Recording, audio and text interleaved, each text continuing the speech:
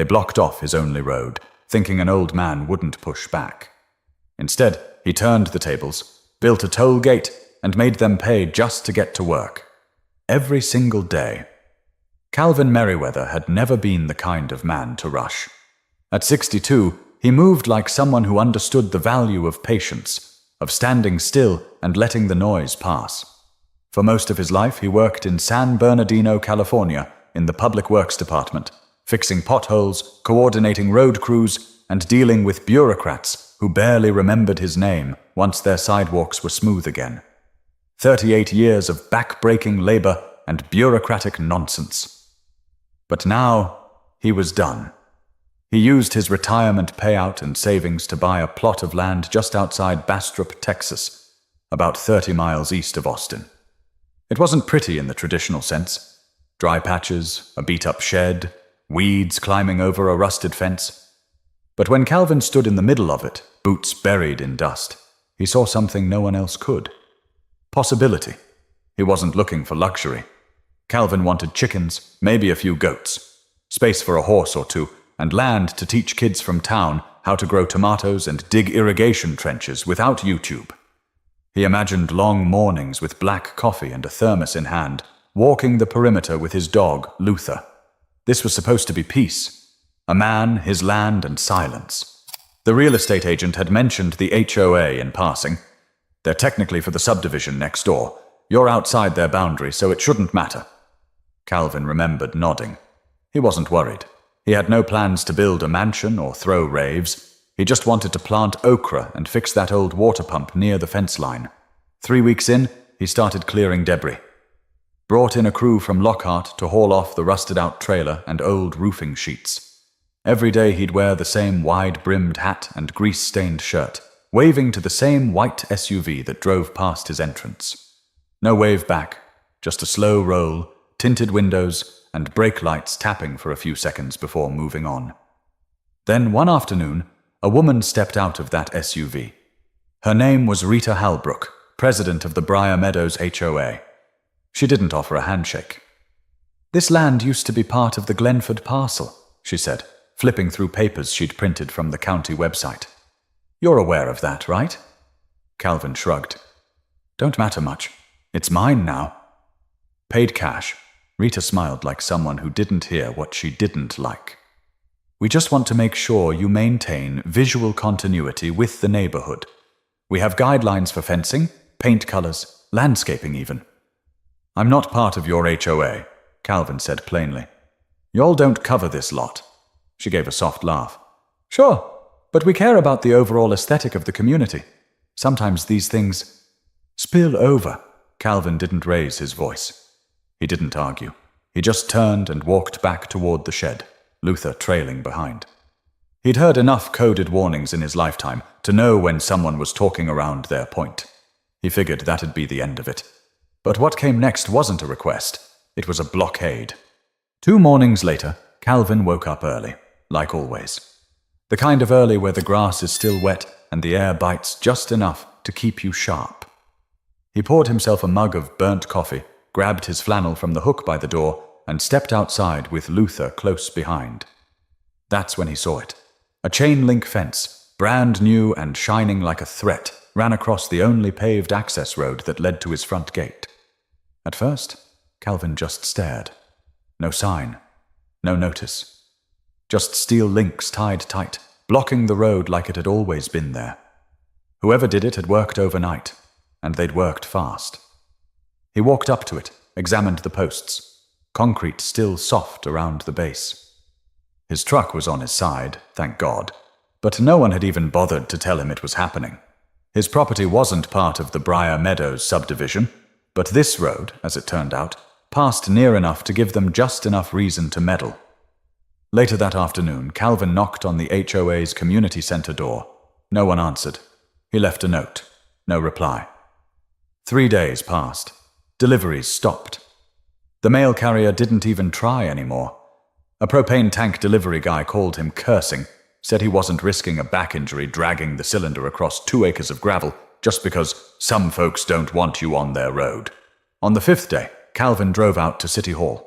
He sat with a clerk named Dale, who wore suspenders and looked like he was counting the minutes until his pension kicked in. Dale pulled up a map, scratched his head, and muttered, "Technically, they don't own that stretch. It's a weird overlap. Old easement tied up in grandfathered deeds." "So what does that mean?" Calvin asked. "It means they can try to make noise," Dale said. "But they can't make it stick. It's still your only legal access." Still, nothing happened. Calvin tried reaching Rita again. Emailed the HOA board. Drove around to find one of the other members. He finally cornered a man named Phil McKinnon, vice president, while he was tending roses in his front yard. "Look," Phil said, squinting toward the sun. "I get it. You bought the place. You want your space. But the folks in Briar Meadows have concerns. Property values, security. A lot of people move out here for the controlled look of the neighborhood." Calvin raised an eyebrow. "I don't live in y'all's neighborhood." Phil smiled tight. "The community is bigger than the map. It's a feeling." Calvin didn't respond. He didn't need to. He just stared until Phil looked back down at his shears and pretended to care about pruning. From then on, everything got harder. Trash pickup stopped. UPS started dropping his packages at the post office instead. One morning, Calvin found tire marks across the edge of his pasture, deep and deliberate, like someone had spun out for fun. No one came forward. Then came the incident that changed everything. It was his niece, Alyssa, who'd just turned 30 and had been staying with him for a few weeks. She had kidney problems and needed dialysis twice a week at the clinic in Elgin. Calvin had arranged for a transportation service to pick her up when he couldn't drive. That Tuesday, the driver called in a panic. "I can't reach your gate. Road's blocked. GPS won't reroute." Calvin rushed down to meet him at the fence. The driver stood there, confused and sweating, looking at the steel barrier like it was part of a different country. They missed the appointment. That night, Alyssa lay on the couch looking pale, her skin tight and eyes rimmed red. "Uncle Cal," she said softly, "are they allowed to do this?" He didn't answer right away. Just sat on the porch, staring at the fence like it had insulted him personally. Then he stood up and said, "No, but I got something better than yelling. But when you fight folks with pens and bylaws, you don't swing fists, you flip the rules upside down." The following morning, Calvin drove straight to the county clerk's office in Bastrop. Not out of rage, he wasn't built that way, but with the quiet determination of a man who'd been disrespected too many times in his life to let this one slide.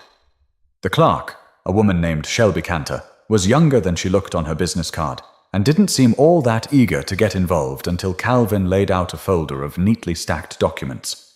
Deed, plat map, boundary survey, all in order. "Sir," Shelby said slowly, scanning the files, "this strip right here, this access road, they've got no claim on it. It's not part of their subdivision. They just assumed no one would fight back." Calvin didn't nod or smile. He just pointed at a small section on the map. "What if I re-register that strip as private? Not public use anymore. Just a privately managed access path that cuts through my land. You think the county would allow it?" Shelby hesitated. "You'd need permits, a zoning review, maybe a lawyer." "I've got the time," Calvin replied. "And a retirement check with no golf habit." That's how it started. No grand speech, no cameras, just paperwork. Calvin hired a local land use attorney named Elias Drew, who'd spent most of his career helping ranchers get around tangled Texas land ordinances. Elias was sharp, wore worn boots to court, and had a thing for chewing sunflower seeds in meetings. "They think you're old and out here planting tomatoes," Elias said during their first meeting. "Good. Let 'em." Weeks passed. While the HOA board sent each other self-congratulatory emails about maintaining boundaries, Calvin and Elias rewrote the boundaries themselves. The new gate permit was approved. The zoning paperwork went through without a hiccup. The moment the private access designation was finalized, Calvin ordered the gate. Steel frame, keypad access, solar-powered backup, with plate recognition software. He paid for it all in cash. On installation day, a couple neighbors from across the main road stood at a distance. whispering behind mirrored sunglasses as the crew drilled anchor holes. One guy shouted, "What's the toll, cowboy?" with a half laugh. Calvin ignored him. By Friday, the gate was live, a tall, black iron mouth with arms ready to swing open, but only for those who belonged. Calvin programmed it himself. Registered license plates for emergency services, his niece, and a few friends. Everyone else? Toll required. At first, people thought it was a bluff. Then they realized it wasn't. The entrance they'd once treated like a convenience, cutting through Calvin's land to bypass the four-way stop at State Highway 21, was no longer free. A $5 toll, charged automatically via plate scanner, payable through a third-party portal. No pay, no pass. If they tried to cut through without authorization, the camera system triggered an alert. Repeat offenders got blocked. Some even got mailed warnings. Rita Halbrook was furious. She called Calvin personally. "You've created a traffic hazard," she hissed through the phone. "You can't charge people to access a public road." Calvin calmly replied, "It's not a public road anymore, Ms. Halbrook. It runs across my land. Your fence forced that hand." Click. Within days, HOA board members started showing up late to work. Delivery vans began turning back to go the long way.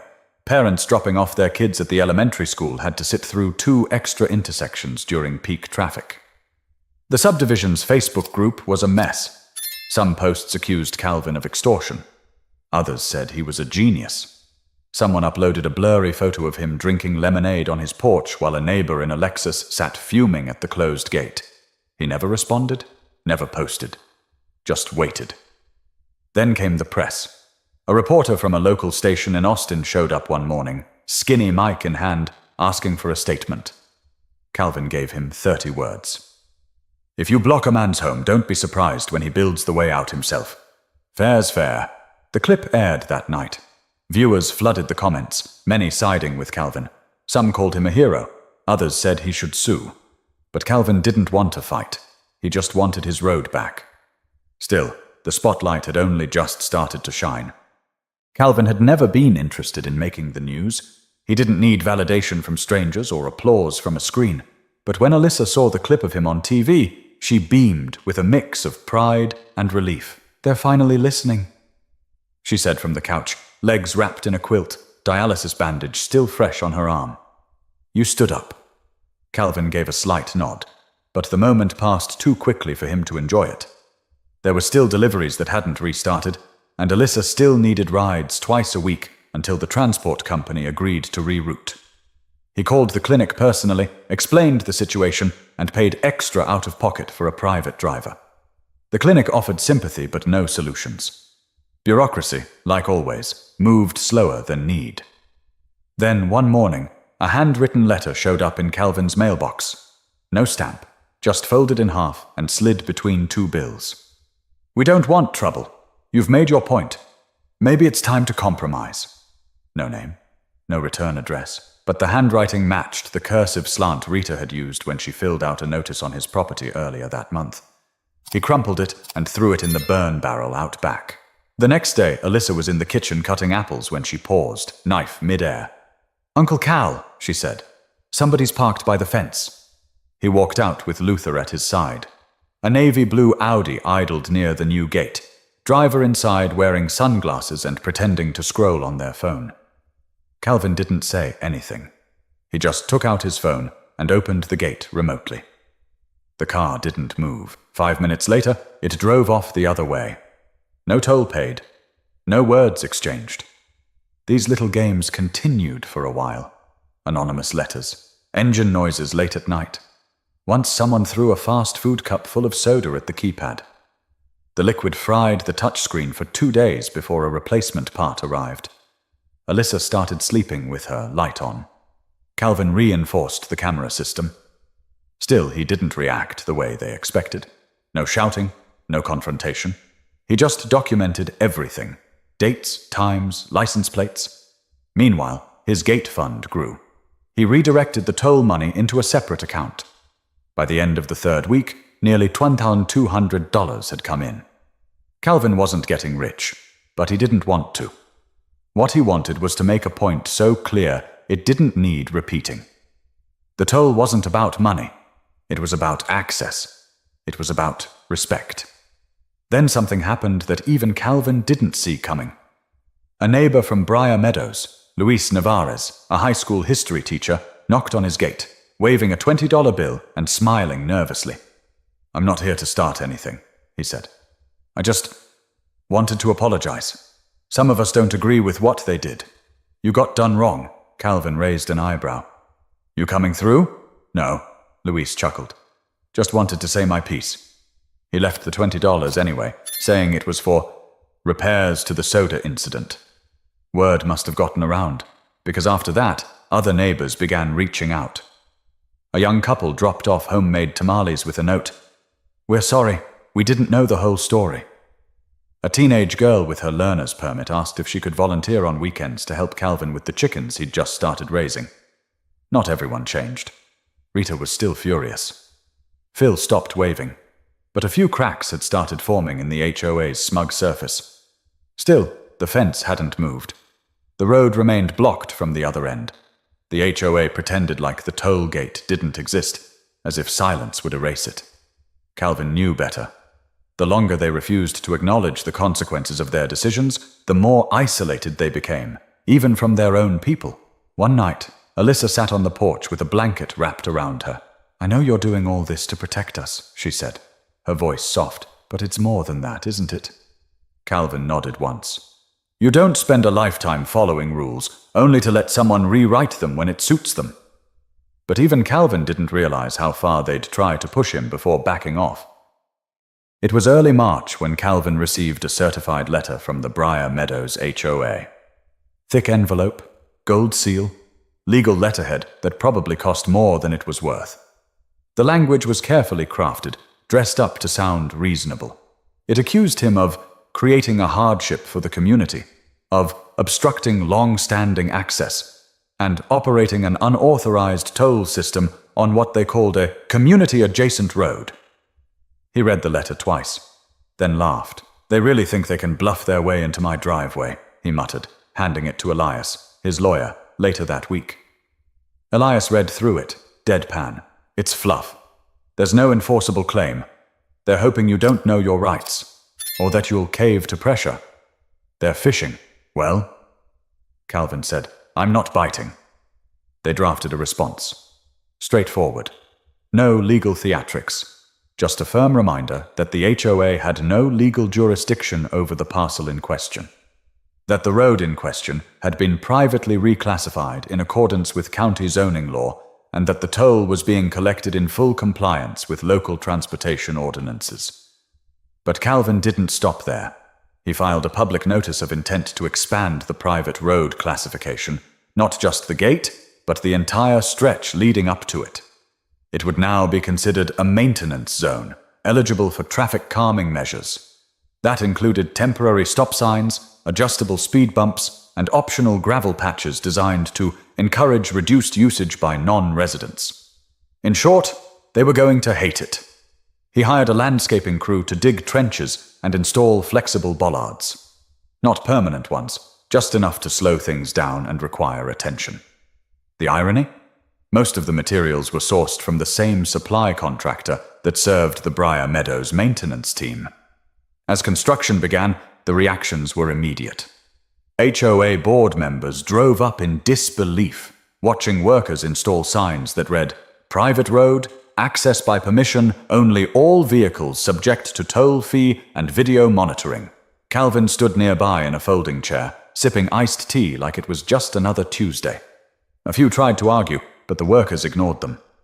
One woman, red-faced and muttering about her property value, took photos with her phone and yelled about lawsuits. Calvin raised his teacup in salute. That night, the subdivision's Facebook group exploded. Some residents blamed Rita. Others called for a vote to dissolve the board entirely. One post read, "He's doing everything legally. Why did we even build that fence?" Another asked bluntly, "Has anyone apologized to the man?" But the board didn't budge. So Calvin leaned in harder. He lowered the toll to $3 for registered license plates, but raised it to $15 for unregistered vehicles with multiple crossings in a single day. That hit contractors, landscapers, babysitters, all the people the HOA relied on to keep their subdivision polished. And now, those people were knocking on Calvin's gate, asking for receipts, trying to get reimbursed. The pressure worked. One evening, a minivan pulled up. A man in his 40s stepped out, holding a baby carrier in one arm. His name was Desmond Keeler, a father of 3 who'd lived in Briar Meadows for 6 years.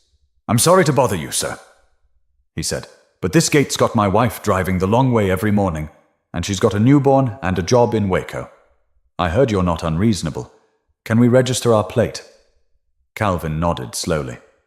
"I'm not here to punish folks, just protect my land. Send me your plate number. I'll waive the fee." Desmond looked surprised. "Really? I don't want your money. I want your HOA to respect boundaries." Word spread again. People started separating Calvin from the board. Cars slowed at the gate but didn't honk. A few left thank you notes in the mailbox. One kid even painted a little wooden sign that said, "Mr. Calvin's Road," and stuck it in the dirt beside the keypad. But Rita wasn't done. The next week, the HOA filed an official complaint with the Bastrop County Planning Commission, accusing Calvin of violating neighborhood harmony standards. No such statute existed for unincorporated land. The commission threw it out in 10 minutes.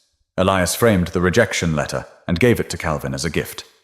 It sat on the shelf above his old CB radio. But pride has a way of digging its heels in, and the HOA wasn't finished digging yet. By early April, the road had a rhythm. The gate clicked open like clockwork for Calvin, Alyssa, and a growing list of registered users. For everyone else, it became a roll of the dice. Pay the toll, wait for the system, or go the long way around. And if you tried to skip the toll, the cameras caught it. The invoices came in the mail. And if you ignored them long enough, a small claims notice followed. Calvin wasn't being spiteful. He was being methodical. Rita, however, was getting sloppy. Her latest move came in the form of a town hall meeting. Not an official one, just a gathering she called at the Briar Meadows Community Center. Fold-out chairs, bad coffee, clipboards. She used the words public safety, precedent, and community character like weapons.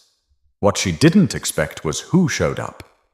Desmond Keeler stood up and told the room about driving 30 extra miles every week because of a grudge.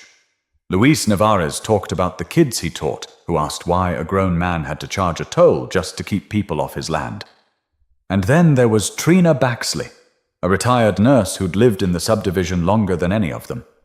She stood slowly, leaning on a cane, and said, "You all talk about protecting the neighborhood, but you never once asked why that man put up a gate. Maybe if we spent less time policing his fence and more time minding our own, we wouldn't be in this mess." That video clip made it online. Within 48 hours, a local news blogger picked it up, then a regional radio station. Calvin's Gate became a symbol of property rights, of quiet resistance, of drawing the line and daring someone to cross it. Some folks treated it like a joke. Others treated it like gospel. But the story didn't end there. Late one night, Calvin was reviewing toll logs when he saw something strange. The same car, a white sedan with a personalized plate, had attempted to force the gate twice. Both times it backed out, but the second time it lingered for 8 minutes with its engine running. That wasn't a mistake. That was a warning. He forwarded the footage to Elias, who then forwarded it to the sheriff's office. No response for 3 days. Then Luther got sick. The vet said it was likely baited meat, hot dogs laced with something that messed with the dog's liver. Alyssa cried. Calvin didn't. He just got quieter. Security was upgraded. Additional cameras went up. The gate system was rerouted through a private server Elias had helped him build. He added solar floodlights and began logging every vehicle, every hour.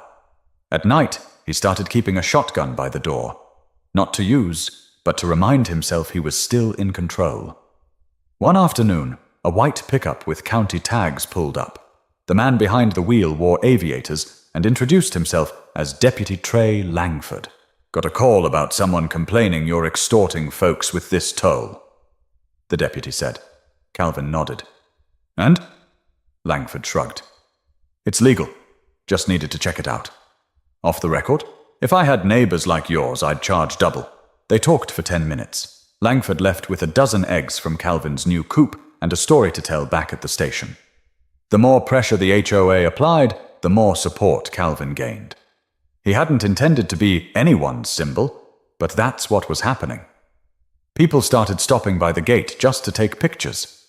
A biker group from San Marcos mailed him a leather patch that read, "Hold the line."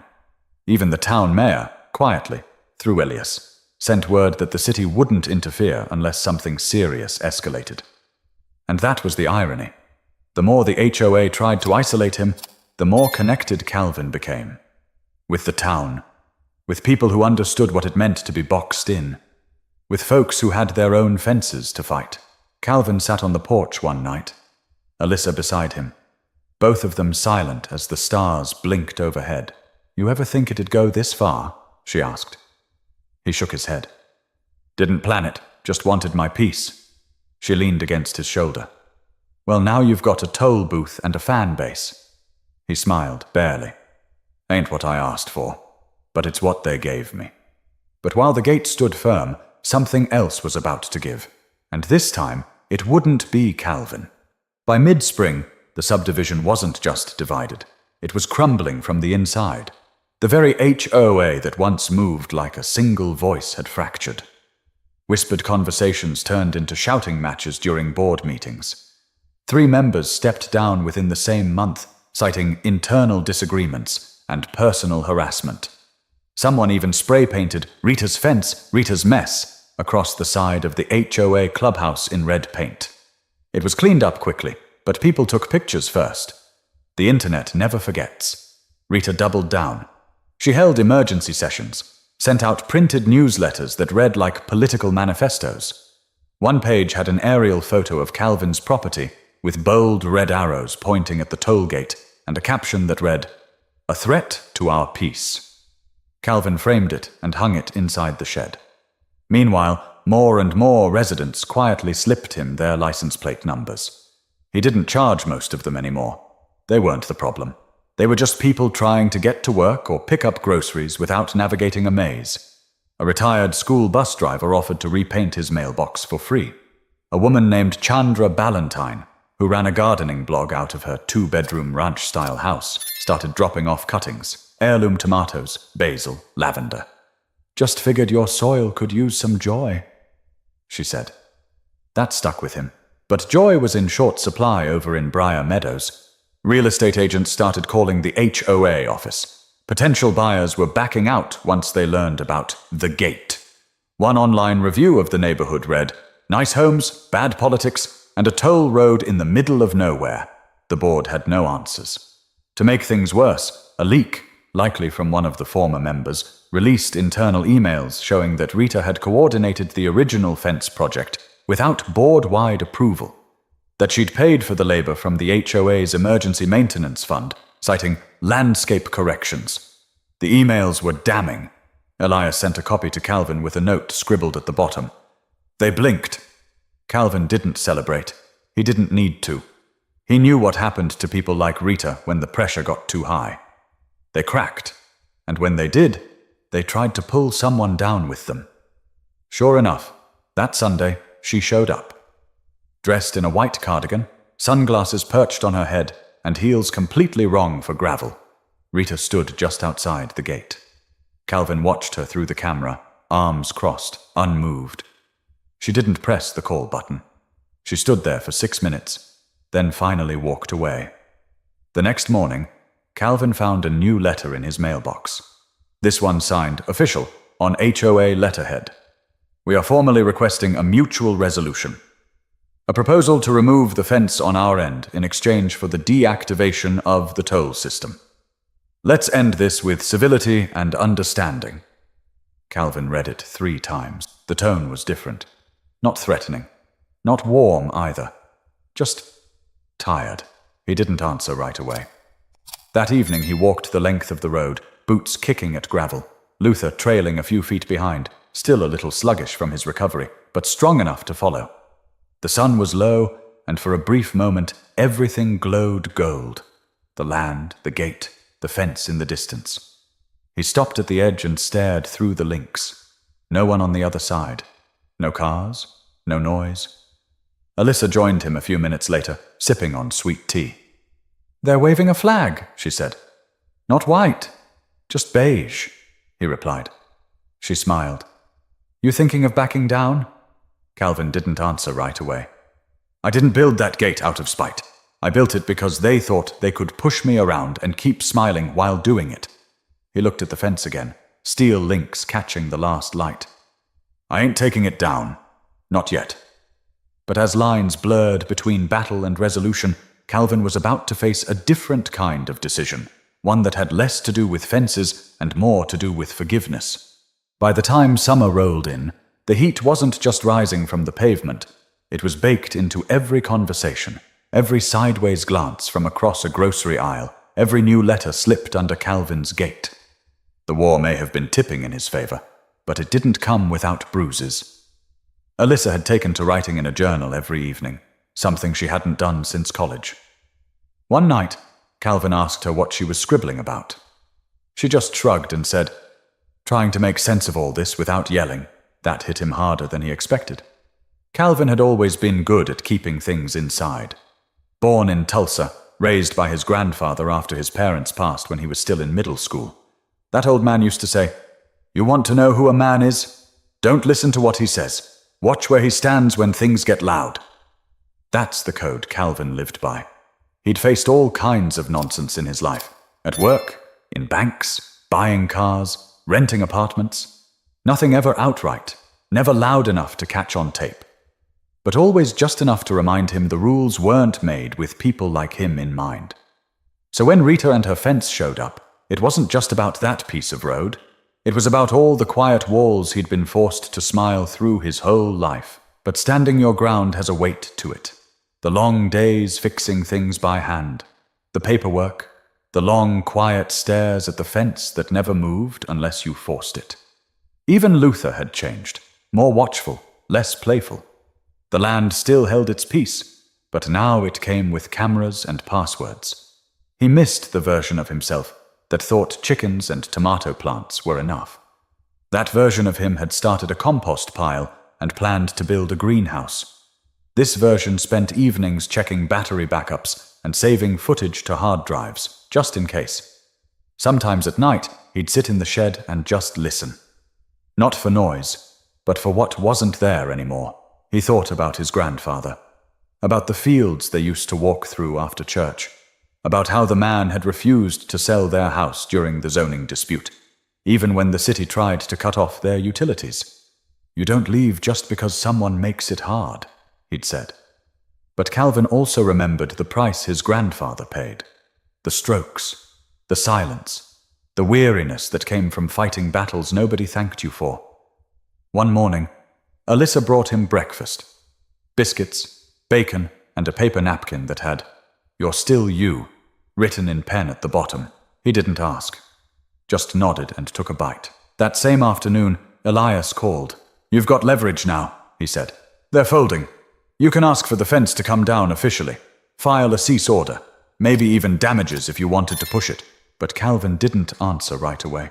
"What if I don't want a win that looks like punishment?" he finally asked. Elias paused. "Then maybe it's not a win.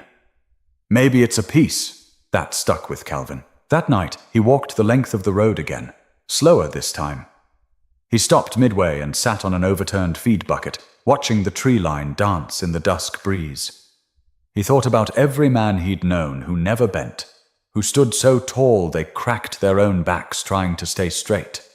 He didn't want to become that. Maybe this whole thing was never about the toll. Maybe it was about making sure they felt the inconvenience they thought they had the right to create for him, and now they had. They'd felt it, lived it, paid for it, literally and metaphorically. The world knew. The community knew. But now he had to decide how much more he needed them to hurt to feel whole again. Because sometimes the hardest fences to tear down aren't made of metal. They're made of pride. 2 days later, Calvin called a meeting. Not in a courtroom, not through lawyers. Just a simple gathering at the edge of his land near the toll gate. No fancy chairs, no podium, just a folding table, a couple coolers of sweet tea, and a plastic tub of paper cups. Alyssa set out 2 fans powered by extension cords. Luther lay in the shade, watching quietly. The invite went out on a handwritten sign by the gate. Community talk. This Saturday at 5 p.m. All welcome. He didn't know who'd come. Maybe no one. Maybe Rita would try to hijack it with legal threats. But by 5:10, more than 40 people had shown up. A few sat on lawn chairs they brought themselves. Others leaned against trucks or stood in small clusters, arms folded but listening. Calvin recognized faces, some friendly, some hesitant, and a few that had once looked right through him. He stood in front of them without a script. "I don't have a microphone," he began. "So if I talk too soft, y'all tell me to speak up. I just wanted to talk, not shout." The crowd quieted. "I didn't put up this gate to make enemies.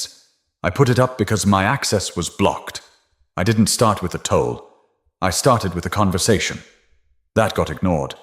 So I did what I had to, not to get back at anyone, but to stay standing."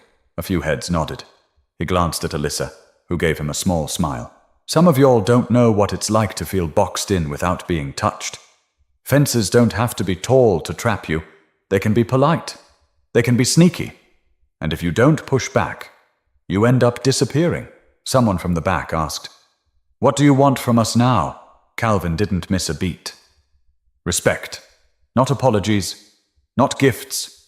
Just respect for the land, for the boundaries, for the space I've carved out without asking y'all for anything." He paused, then said something even he hadn't planned. "And I want to take the toll gate down." Murmurs rippled through the group. Someone gasped audibly. "I'm not doing it to surrender," he said. "I'm doing it because you've seen what happens when you push a man too far. You've felt what it's like to be slowed down, to lose access, to be told no. Maybe now you'll think twice before doing it to the next person." He looked directly at Rita, standing stiff near the back in a pressed blouse and crossed arms. "I won't forget what was done, but I won't carry it around like a badge either. I'm tired. I want to raise chickens, teach some kids how to work the soil, and live like I planned to when I first bought this land." Then he added quieter, "And I don't want my niece to grow up thinking the only way to be heard is through conflict." The crowd stood still. It was Chandra Ballantyne who stepped forward first, placing a mason jar of honey on the table. "For your tea," she said. Then Desmond approached, shook Calvin's hand and said, "Thank you for not giving up on us, even when we didn't deserve your patience." Even Rita, though she didn't say a word, gave a small, respectful nod before walking off with her heels crunching gravel. Within the week, Calvin began disassembling the toll gate, piece by piece, with help from a couple of local teenagers he'd hired for the summer. He left the camera system, not as a threat, but as a quiet reminder. Respect lives where accountability does. The fence on the HOA side came down the following month. No big announcement, just gone one morning like it had never been there. In its place, a low wooden post with a reflective marker, simple, non-confrontational, and most importantly, no longer a wall. Traffic flowed again. The story faded from local news, but not from memory. People remembered the gate, not just because it was real, but because it showed them something uncomfortable. They'd let convenience blind them to injustice. Calvin didn't become a hero by shouting. He did it by standing still when it counted. He planted new rows of tomatoes that fall, built a chicken run with his own hands. And on Saturdays, a few neighborhood kids came by to learn how to hammer nails, build raised beds, and understand the difference between standing your ground and picking a fight. But Calvin's real harvest wasn't in eggs or squash. It was in knowing he didn't just hold his ground. He raised it up for others to walk on too. The gate was gone. The fence was gone. But what remained was something far more lasting than steel or wire. Calvin Merriweather sat on his porch one quiet evening. Same old chair, same flannel draped over the back. Luther rested at his feet, one ear twitching at a distant cicada. Alyssa was inside, boiling water for sweet tea and singing something soft under her breath. For the first time in months, there was nothing to monitor, nothing to defend, nothing to fix, just the land. Just the stillness he'd been chasing since the day he signed those papers. He watched a neighbor's car roll by. No gate to stop it now, no camera flash, no invoice to follow. They waved. This time, the hand didn't hesitate. It wasn't forced. It was real. Calvin nodded once. That was enough. He thought about how this whole thing started. Not with confrontation, but with assumption. Not with violence, but with quiet control. A fence put up without consent. A man's access denied because some people decided his presence didn't fit their plans. He didn't burn anything down. He didn't threaten anyone. He just forced them to feel what they made him feel. Inconvenience, delay, frustration. And in doing so, he gave them a choice. They could see him as the enemy, or they could see themselves more clearly. Some of them chose to see. Not all, but enough. That's the thing about standing your ground. It doesn't always come with applause. Sometimes it comes with bruise and silence and long nights where you wonder if any of it mattered. But if you hold steady, if you make your boundary clear, not with hate, but with principle, eventually people stop asking why you built the wall and start wondering why they ignored the line. Calvin didn't forgive everyone, and he didn't forget what was done, but he chose peace over punishment. Not because they deserved it, but because he did. He deserved mornings without tension, land without surveillance, a home, not a battlefield. He turned pain into policy, resistance into reason, and somehow, along the way, a gate built out of frustration became a mirror for an entire neighborhood. He leaned back in his chair, the wood creaking beneath him. "You think they'll remember?" Alyssa asked, stepping onto the porch with 2 cups of tea. "They'll remember," he said. "Maybe not my name, but they'll remember they couldn't fence a man off his own land and walk away clean." She sat beside him, handed him a cup, then added, "You think you'll ever have to do something like that again?" Calvin took a slow sip. "Lord, I hope not. But if they try, I've still got the keypad in the shed." They both laughed, and that was the moment. Not dramatic, not loud, just 2 people sharing tea on land they refused to be pushed off of. That's how change lasts. Not through viral headlines or shouted slogans, but through daily peace that doesn't beg for permission, through dignity that refuses to shrink. So if you're watching this now, and you've ever been told your presence doesn't belong, or your voice isn't welcome, or your way of living doesn't fit someone else's standard, let Calvin's story sit with you. Don't just react. Think, plan, build. And when someone blocks your road, don't crash through it. Own it. Reinforce it. And if you have to, make them pay to walk the path they took for granted. Because peace isn't given. It's claimed. If this story made you feel something, if it reminded you of your own fight, your own land, your own gate, then don't let it end here. Subscribe to the channel, share the story, remind someone that standing still can be the loudest thing a person ever does.